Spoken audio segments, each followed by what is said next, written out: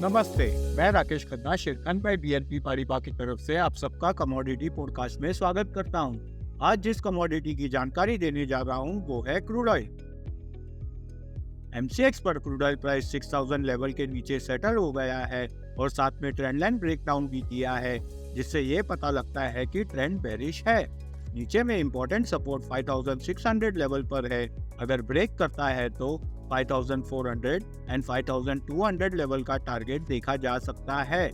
ऊपर में important resistance 6050 level पर है। अगर ब्रेक करता है तो ट्रेंड रिवर्सल हो सकता है।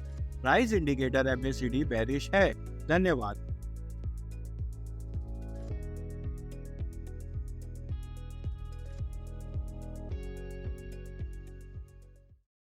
Investment in securities market are subject to market risks. Read all the related documents carefully before investing.